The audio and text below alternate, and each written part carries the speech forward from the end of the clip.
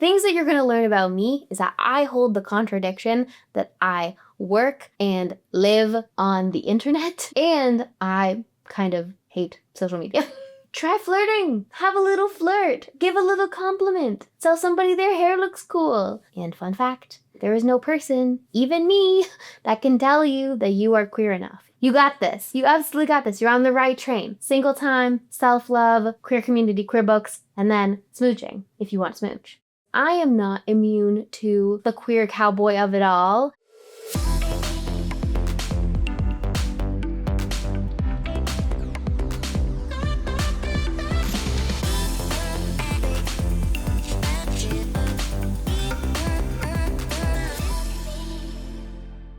Hello and welcome to the Eva Bloom podcast. I'm your host, Eva Bloom. I'm a queer and trans late bloomer coach, sex educator, and community facilitator, and I'm so stoked that you're here. This podcast is all about giving you the social psychology and frameworks to understand your queerness, your coming out journey, as well as my own personal storytelling to help you feel a little bit less alone. When I'm not working and supporting late bloomers, you can find me reading a queer sci-fi or fantasy novel, starting a new craft project, or playing board games with friends. This podcast comes out every week. Check out new episodes coming on queer fashion, coming out, second adolescence, all that good stuff. So please subscribe on YouTube, Spotify, Apple Podcasts, or wherever you get your podcasts. And if you want more late bloomer support and community, join the Late Bloomer Support Club at patreon.com/Late Bloomer Support Club, where we meet the first Monday of every month on a different themed topic, as well as having a Discord open 24/7 for all the late bloomer stuff that you might need.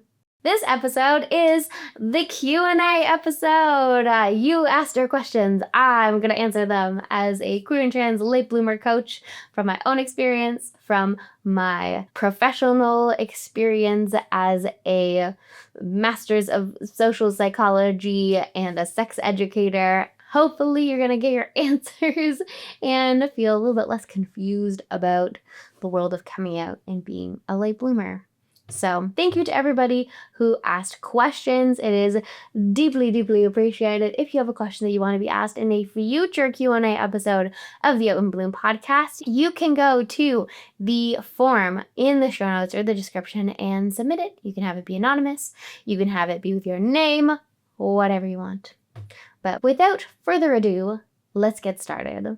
The first question is anonymous, and they ask, can I still claim a lesbian identity if I don't like giving oral sex to women? Oh, we are coming out with a fiery start.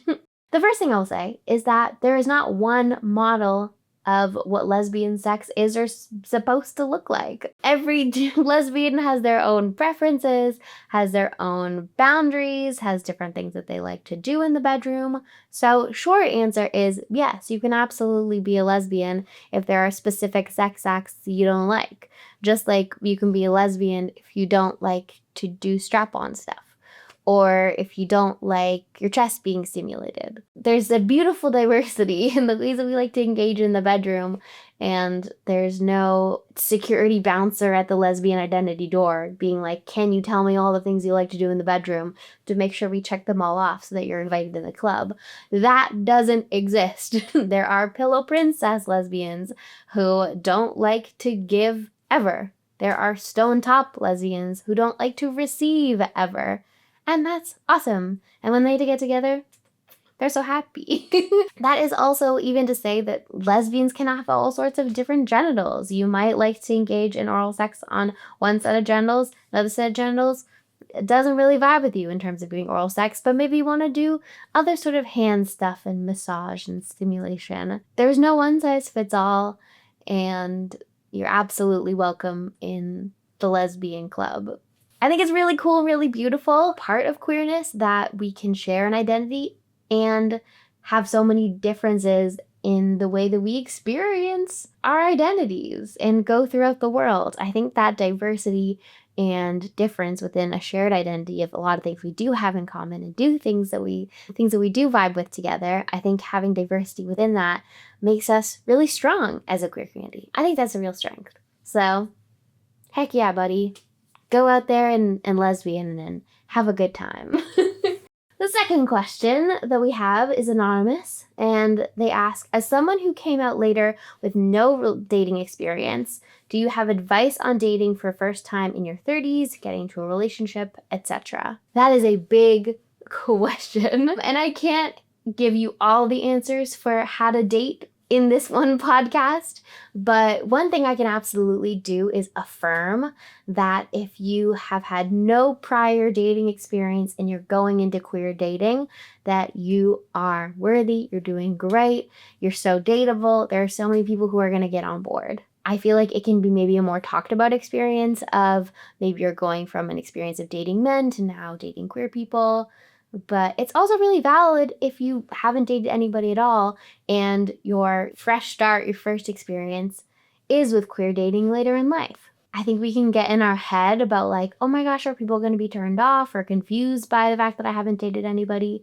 But I will say that just like with sex, there are a lot of transferable skills in our life that can make us a really valuable and like rockin' partner. For example, if I met somebody who had never dated anybody before, but had some really like long-term or like flourishing friendships in their life, that would be a huge green flag for me. I'd be like, whoa, you know how to show up in relationships with your friendships, that you know how to make them feel loved, you know how to navigate conflict, you know how to, go through the ups and downs and cycles of life. I would say that's a huge asset coming into a relationship.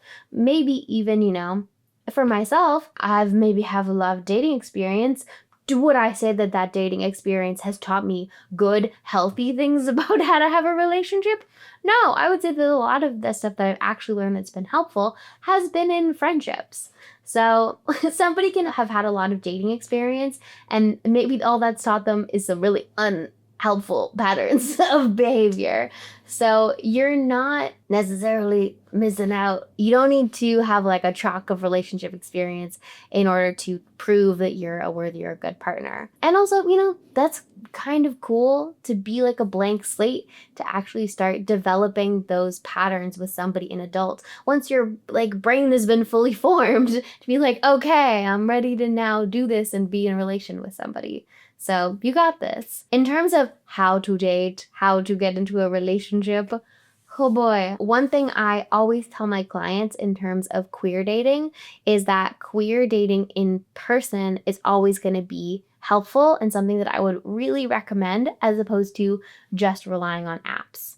Apps can be really cool in terms of filtering pretty easily who you're looking for, gives you some information about how close they are to you, maybe proximity, that's cool. You can do it when you're feeling kind of sleepy from your bed. But just based on numbers, you're gonna run out of maybe people, or it's not gonna feel as abundant as dating men in a way that can sometimes be frustrating. I think that meeting in person can be a really nourishing way of dating and like give back to you and fill up your cup in a way that dating apps don't really give you back anything. You can be in person, in your community, making friends, building relationships, and looking for dating. You can have positive experiences of just like the event was fun, whether or not you got somebody's number, or you got to try out a new queer style going to the event. And that was really fulfilling and supportive for your queerness, whether or not you got somebody's number. Or you made a friend, or you flirted with somebody, and that was really beautiful and fun. And then also you like get connected to different queer communities and queer networks, and you're actually meeting people through friends of friends, through shared experiences by the events you're going to. So my top tip for queer dating, if you're like, where do I even start? I would say start getting connected to your in-person queer community. You got this. You so got this. There are going to be so many people who are going to be so excited to date you. And I'm so excited for you and all that you're going to experience. Okay, next question is also a biggie. Thank you all so much for giving me no easy shots. These are all huge questions, and I'm so glad. In true sapphic fashion, we're driving right into the deep end. So the question is, I'm breaking up with my long-term cishet partner and have been out as bi but think I might be a lesbian. How do I take single time for myself, but also figure out whether I want to date women? That's a great question, and I'm so proud and excited for you. That rocks. Yay for exploring yourself and honoring what feels important to you and giving yourself space to live your full authentic life. So I think a lot of us can really feel like, okay, in order to confirm that I'm a lesbian, in order to live out my queerness, I need to start dating. I need to start smooching people. I need to start having sex. And honestly, in my opinion, when you first come out, it can kind of be overwhelming to start doing that right away. And you can really hinge your identity on how specific sexual experiences go. When sex and dating can have all sorts of outcomes for all sorts of reasons that you cannot control. People can be not on the same page as you. You can be having a weird night. Like, there's so many reasons that dating and sex can feel weird or, imperfect or in progress or you're learning. So to dive right in and use those experiences with other people to either confirm or not that you're a lesbian can be a really high pressure or high stakes situation that isn't always helpful. So in terms of figuring out whether you want to date women, again, I'm going to be a broken record.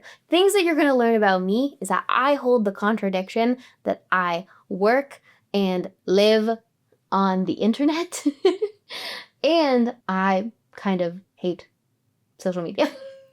I think that in-person community and being outside and touching grass is really good. So again, I'm going to tell you to touch grass. To figure out whether or not you want to date women, go be around some queer women. Go to queer events. Check in with your body. Say, how am I feeling?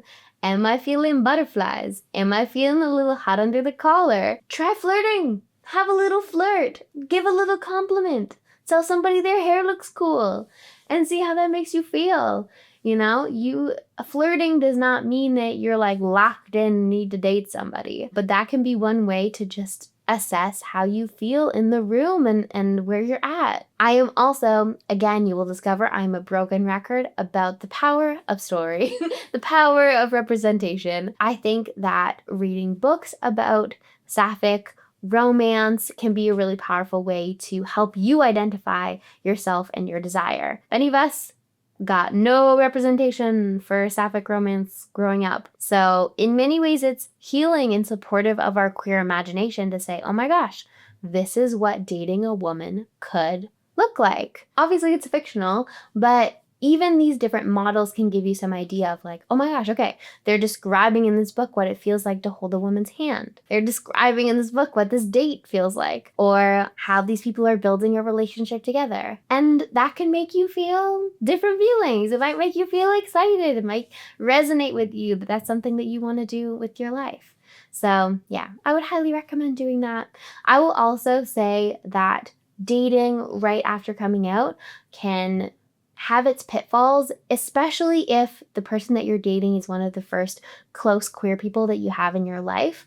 It can lead to really leaning on them, maybe heavily or over heavily, for validation of your queerness. And fun fact, there is no person, even me, that can tell you that you are queer enough. You have to tell that you are queer enough within yourself. So I would say that it can be kind of healthy to take a break from dating when you are first coming out to start building that confidence and self-compassion and groundedness within yourself before you start engaging with other queer people. You got this. You absolutely got this. You're on the right train. Single time, self-love, queer community, queer books, and then smooching if you want to smooch.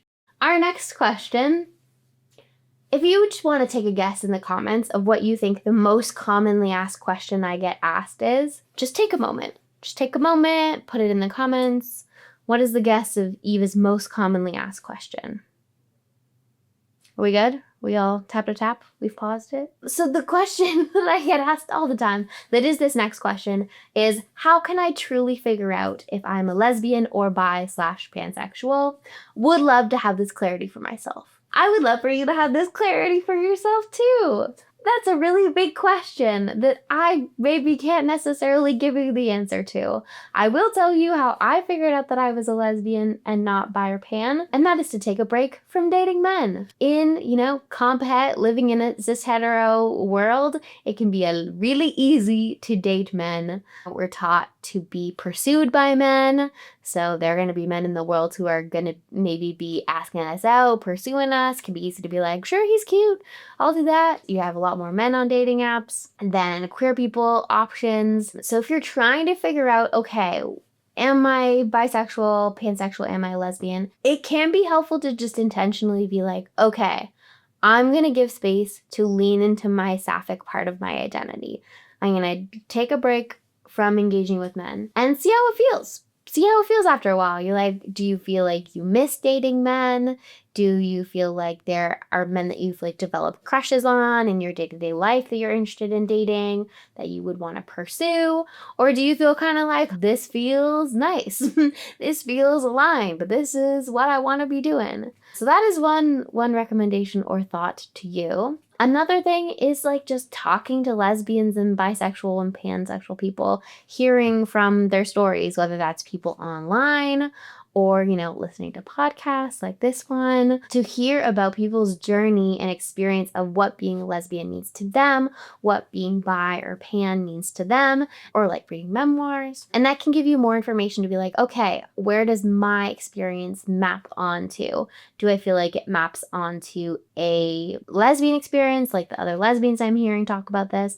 Does it map onto like a bi or pan experience? But honestly, sometimes it just takes time and journaling and listening to yourself and your emotions. I'm going to link some resources in the show notes from a really great sapphic therapist that talks about some different questions that you might want to think about to yourself that can be helpful as well. But you got this. It is a question that impacts many of us. So I'm proud of you for doing that self-exploration and seeking and being curious towards authenticity and what your experience of attraction is and who you want to be dating and smooching in this world. You rock. You freaking rock. Okay, next question. It's an anonymous question, and they say, I feel a lot of shame about not having sexual experiences at the age of 26. As much as I want to have sex, I feel I need to have a connection with the person first. Do you have any advice or kind words about this? I'm feeling really down about it. First, I would say thank you so much for sharing. I'm sorry that you're feeling down about your journey with your sexuality. That sounds really challenging. Not to be a boomer about this, I think we can get a lot of messages from the media or normalizing the idea that everybody's having a lot of sex, that people want a lot of casual sex. And the reality is that sexuality is much more diverse than that. There are so many different ways of experiencing your sexuality. Even for myself, being a late bloomer lesbian, not having, authentic sexual experiences of people of the genders that I was actually interested in until my adulthood, I'm with you. It can take all sorts of different times for people. I would say that you're doing great. And the thoughts that you have of, I need to be connected to the person first, I need to know a person first, that's so valid. There's absolutely nothing wrong with that. And I'm so glad that you know that about yourself. That's really, really awesome to have that self-knowledge in the world, again, of dating apps. It can really make us feel like, oh, everybody can date by just looking at a handful of photos of somebody and know whether or not they want to date them. That's not a universal truth. Not everybody experiences dating or attraction in that way. And there's nothing wrong with you if that's not how you experience it. I would say maybe get connected with demisexual resources, folks on the ACE spectrum, to feel like less alone and resonate with, okay, there are other people who are demisexual or who want to feel connected or be friends with somebody before they have sex. I'm not weird. I think especially within the queer community, there can be this emphasis on like, okay, we're hooking up, we're having sex, which I think is really cool. It's really beautiful to celebrate sex, but not all queer people want to have casual sex. Not all queer people are into hookups, and it's not a requirement of being queer. You're not less queer if you're not into hookups. Again, there's so much diversity in the way that we experience sexuality. If there weren't dating apps and the way that you primarily met people was through friends or through work or through clubs, I don't think it would be as much of a big deal to be like, oh yeah, like I just haven't met anybody that I connect with. And eventually I'm going to connect to somebody in my real life and then I'll eventually have a sexual experience. And also sexual experiences that you have with yourself, solo sex, masturbation, are real and valid, and that's a really beautiful form of sexual expression. So you're doing great. You're doing so great. and there's no timeline. There's no one timeline that you need to fit into. You're not doing anything late. Everybody's on their own path. You really, really got this. This now brings us to the segment of the show, What I'm Loving Right Now, where I talk about all things I'm reading, listening to, cooking, and creators that I love and am obsessed with.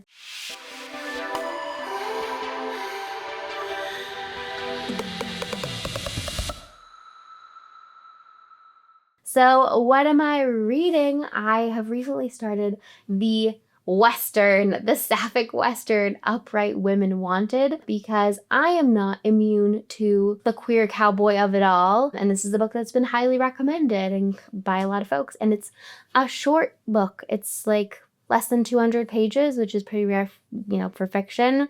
So I'm excited to break my reading slump. It seems like it explores some really cool stuff about unlearning religious propaganda, unlearning internalized queer phobia, but in a West setting. There's a non-binary main character / maybe love interest. So very exciting. In terms of what I'm listening to, I am obsessed with Kat Burns. I'm obsessed with her song Girls. It's so sweet and queer joy, euphoria. I think she's coming out with new music. She's like indie pop. It's just such feel good, delicious music. There's a lot of her previous work is about mental health. That's really like affirming and beautiful and like very thought provoking. So Kat Burns, go check her out. Listen to Girls and dance around a red room. In terms of what am I cooking? This is not what I am cooking, but what my girlfriend has cooked. And you can tell when I recorded this podcast, because it's even late then, but my girlfriend made a vegan honey cake, which is with agave, for Beltane, which is a pagan celebration, the spring leading into summer that is all about fertility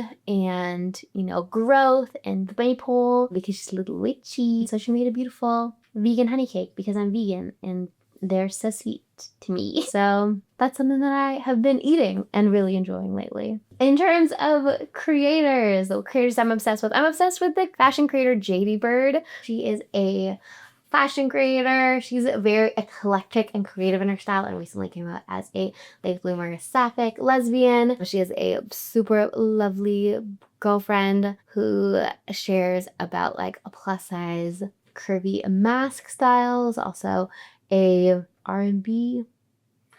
She makes sexy music. She makes movie music to sex too. But yeah, go check out JD Bird for some fun, eclectic style. If you ever wondered, Eva, why do you dress weird? That's why. Because I like to have fun and have joy and creativity in my fashion and in my life. And JD Bird, love her. She's doing great stuff. That is the end of today's Q&A episode. If you have a question that you would like to be answered in a future Q&A episode, check out the form in the description. You can ask anonymously or with your name. Subscribe to this podcast wherever you podcasts, on YouTube, Spotify, Apple Podcasts. If you want more late bloomer community support in your life, join the Late Bloomer Support Club over at patreon.com/Late Bloomers Support Club. We have monthly calls on the first Monday of every month. They're themed. We're talking about compet, queer joy, baby queer feels, all that good stuff. We also have a Discord that is open 24/7. If you are queer dating this summer, if you are a newbie to queer dating and you want to learn a little bit more about how do I have gay sex, where do I touch, and how to flirt with girls without feeling like you're gonna have a panic attack, grab the webinar version of Spicy Sapphic Summer. It's now available as the recordings. You can grab it for a discounted price. You can watch it in any time zone at your own pace. Spicy Sapphic Summer webinars. It is available for you in the description and at evabloom.ca/sapphic-summer. That's all for me. Stay curious, keep blooming, and I'll see you in the next episode. Bye!